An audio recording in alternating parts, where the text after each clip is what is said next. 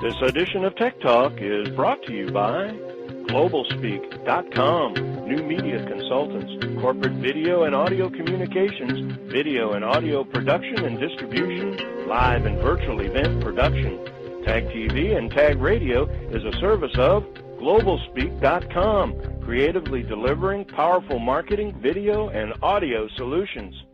Jake, Tino, welcome to Tech Talk. Thanks, Frank. Great to be on. Jake, normally we go right into a particular vertical, get to talk about a specific technology. Today, I think for our listening audience, a tremendous value is going to be some insight into what I think is a part of the economy that they're all basically either being impacted by or have been impacted by, and that's the data center and the capabilities of data centers. But it goes deeper than that. So I want to go into a little bit about your vision and why you got into the business, because I think it talks a lot about the business itself and the methods and the struggles that happen within that business as far as speed of technology, turnover, and all of the things that I know you deal with every day. So I guess let's talk a little bit about the change, say, over the last 5 years of procurement. But I want to come through the door of what was your original vision, and then maybe kind of go into a little bit of the goals in terms of why you started Tier 4 to begin with. Sure, you bet. So the original vision was just to essentially help IT professionals with the procurement process of cloud compute. Cloud is ever evolving, ever changing. We've now been in business over 4 years here at Tier 4 Advisors. Originally, the thought was, if I need some sort of public hyperscaler or cloud compute node in Asia, what vendors can do what? To assume that an IT professional knows what vendors are good at certain things, especially on the other side of the globe, is unfair. And so the original thought was Tier 4 Advisors could focus on helping IT professionals make better sense of what vendors could do what, speed up the timeline of procurement, and expedite the back and forth between the potential buyer and the potential seller in that space. I think one of the things we hear a lot, we jokingly will say there's two things. Well, not a joke, but Steve Jobs always said that nobody knows what they want until they see it. And it's something we talk about a lot because it seems like a lot of new innovations that come on the scene all the time, you didn't even know there was a problem, no less it was a solution. And I think that's the case with most IT professionals. Certainly it is with first-generation entrepreneurs and business executives, the challenge of keeping up with things and keeping up with the technology, not even knowing you have a problem in order to get that problem solved. I'm going to guess that taking the posture that, in effect, I guess you could say you're sort of neutral as far as sources are concerned, capabilities and vendors are concerned. So a lot of the educational process, a lot of the resourcing and research, if you will, against a problem to find the right solution, that's part of kind of what you do as far as your relationship with the client. I mean, we kind of we'll go into a little bit about that aspect because I do think that's somewhat unique. So the old-fashioned way to find out how capable certain vendors are for an IT professional is they jump on Google, they type in what it is they're looking for, they call the vendor, and the vendor comes on site and tells them about what it is they do. Oftentimes in those meetings, the vendor is excited about the potential of doing business with the client. The client is excited about the potential of solving a problem. The issue that you have there is that you have a vendor that is trying to sell something to an end user who may or may not be ready to have the sales push, if you will, for them to buy something. And so then the ongoing process of essentially the salesperson, touching base with the potential buyer on an ongoing basis for a year or two can be exhausting. So then you find these IT professionals who stay away from finding out this information about all these vendors.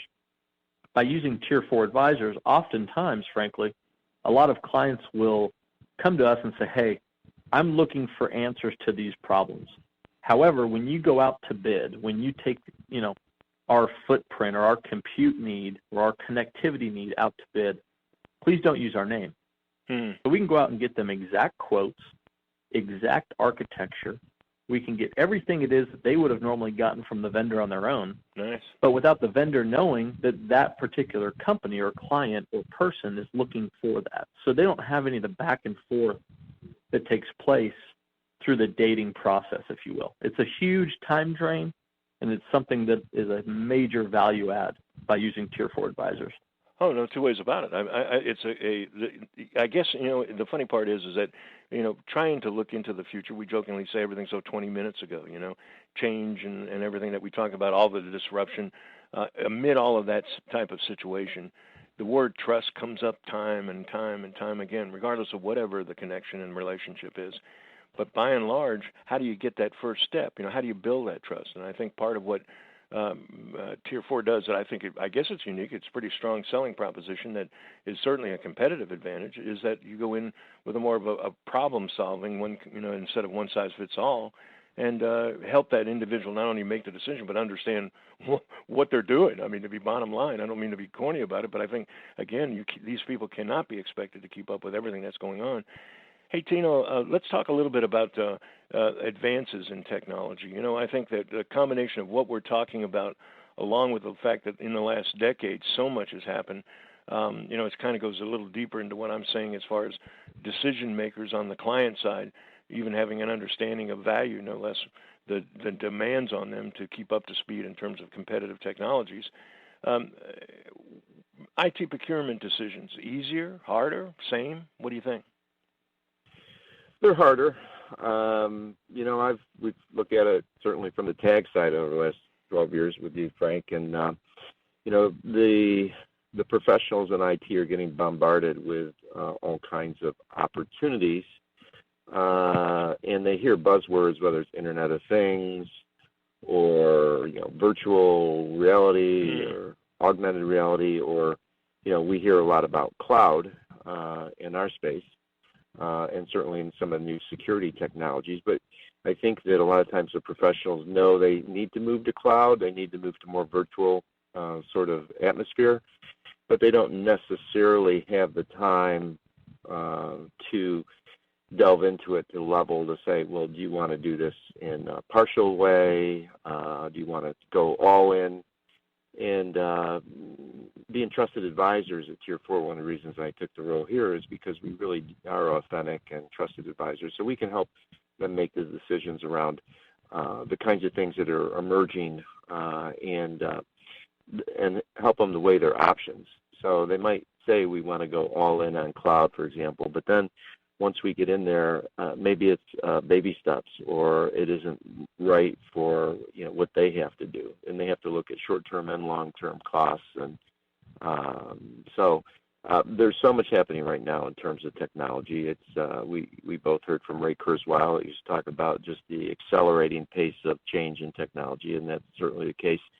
And you can't expect the CIOs or their teams to stay up on all of it. And Jake likes to say it a lot of times when it comes to data centers or maybe even connectivity, that these professionals don't have to do this every day. They might have, once or twice in their career, once or twice in a particular organization. So that's not what they need to spend their time on. They need to spend their time on the core business and then bring somebody in like a Tier 4 to help them think through when they do have the challenge, the risk, or the opportunity to take on something in the spaces where we're experts. Well, I mentioned earlier about trust. I mean, there's just no two ways about it. You can't keep up with it all, and it's an ironic thing because it doesn't matter the vertical. We talk to them horizontally, so every single vertical we talk to will almost whimsically say the same problem, only different, or the same opportunities, only different, and yet the answer is still a struggle. And I think what you guys are saying and really doing is as of value as any innovation that's out there, and that's the fact that, as you point out, the individual, the potential prospect that needs the solution doesn't have to waste the time and energy of trying to evaluate from scratch. They can learn from share the experience and even the best practices. Jake, I'm going to assume that's a lot of running into the same thing, and I don't imply taking away anything from the solution, but you do have a case where you do learn over a period of time and get a best practices kind of mentality. So it's not only knowing the technology, but understanding the current situation in terms of how to implement that from a competitive standpoint. Let's maybe kind of proof of concept question to you. Let's talk about some successes for a minute. Kind of dovetail the conversation we had earlier, along with what Tino was saying as it relates to the procurement process being easier, harder, or the same. Let's talk a little bit about success stories in terms of the guys that you've helped, the IT executives in the relationship, and you've done something that really helped them to understand what they needed and then actually got it done and accomplished the goals that were set. Give us a little insight into some success stories that validate some of the discussion we got going here. Sure, you bet. I'll rattle a few of them off. Fortune 50 company looking to get out of the enterprise data center space, looking for colo in a couple different areas around the country. Their procurement team didn't necessarily know where to look or where to start. Their IT team didn't necessarily know where to start either. We were able to go in, long story short, help them get it done. We had a regional hospital looking for a DR as a service play. Again, they knew a couple of different vendors in the space, didn't necessarily understand who could do what for them, or really even what an overall DR strategy was. We were able to help them with something like that. Research Institute had a supercomputer previously co-located in a old teleco-style data center.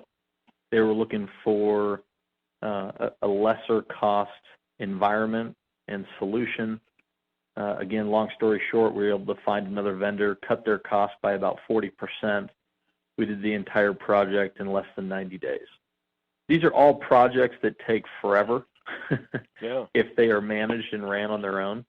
And the timeline itself is very long, but the time drain for these IT professionals going out, chasing these quotes, chasing these, these different, vendor back and forths, if you will, with legal and pricing and procurement.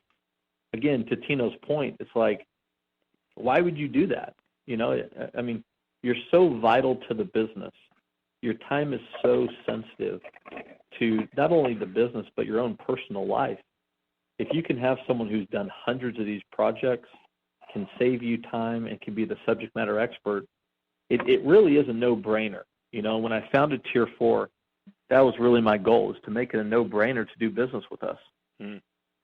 Well, and I think, time, I do, without question, the efficiency of doing something like that, but just the sheer level of confidence. There are no guarantees, but I think experience does matter, and having knowledge and background, and as I mentioned, proof of concept, instead of coming into the situation almost cold, and as you point out, start from scratch and go through the entire process of sourcing and all that kind of thing, that's bad enough. But then also, as I was talking about before, with so many new aspects, so many new approaches, applications, and tools, no matter how advanced an IT professional you are, it's pretty tough to really keep up with it all. And to have someone to walk through the process with you would seem to be it's not like you were saying. Tino says, why isn't everyone doing it? I think the bottom line is it's just only a matter of time. I often say invest in the inevitable. I think everybody will be doing it because I can't imagine going alone. Why would you want to go alone? Well, we're quickly running out of time. Jake and Tino, jump in, please. And that is, I want to close it out with some hot topics. Let's talk a little bit about you guys are where the meets the road. You're out in the marketplace on the street. What's going on? What are they talking about? What are they looking into? And say, for example, how does the vendor in this particular market and at this particular time play a role in all of their own operations and in their planning in the future? Well, I'll start with that. So vendors can play any role that a client wants them to, right? So you have companies who are quite literally outsourcing their entire IT function at this given point, juncture of the life cycle, if you will. So you have law firms who are, instead of employing 8 or 12 IT professionals, they employ 1 or 2. The rest of it is fully outsourced to a managed service provider who may offer their own infrastructure and security or outsource that to their own partner as well. Some of the hot topics that you hear, IT security is the biggest thing that you're hearing right now. Yeah. IoT, which is Internet of Things, obviously is a very hot topic. It's probably fair to say that most people who mention IT security or IoT probably don't even know what they're talking about, quite honestly. And I don't mean that disrespectfully, but those learning curves for both of those needs are so big that even the experts aren't necessarily quite expert level, depending on who you ask. Well, some other hot topics is, you hear about public cloud, public hyperscalers. This is Amazon, Microsoft Azure, Google.